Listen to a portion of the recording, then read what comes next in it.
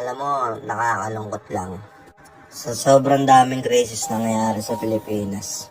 Inflation, pagtaas ng bilihin, pagtaas ng gasolina. Halos lahat sobrang taas.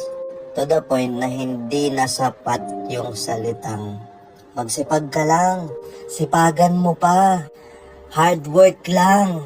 Hindi pare. Nasa punto na tayo na kahit mag-OT tayo, kulang. 'Di ba? Na kahit extrahan natin yung effort, hard work pa natin na sobrang hard na talaga. Hindi kaya. Hindi kaya ng sahod. Aminin man natin na hindi, real talk yan. Hindi na kaya. Yun yung reality. Pero sa tingin nyo, may pag-asa pa kaya? Kasi nakakainis na minsan may mga sistema na tataasan ng konti yung sahod, yung regular tataasan ng konti. Pero magugulat ka, biglang taas din ng todo yung bilihin, so useless. Wala rin kwenta. Hiding in plain sight.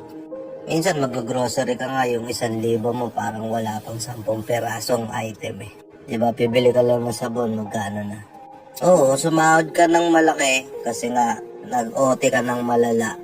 Pero mapapansin mo, habang ini-spend mo na yon, kulang pa din. Diba?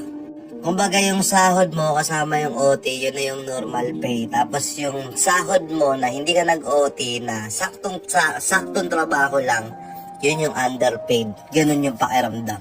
Totoo, diba?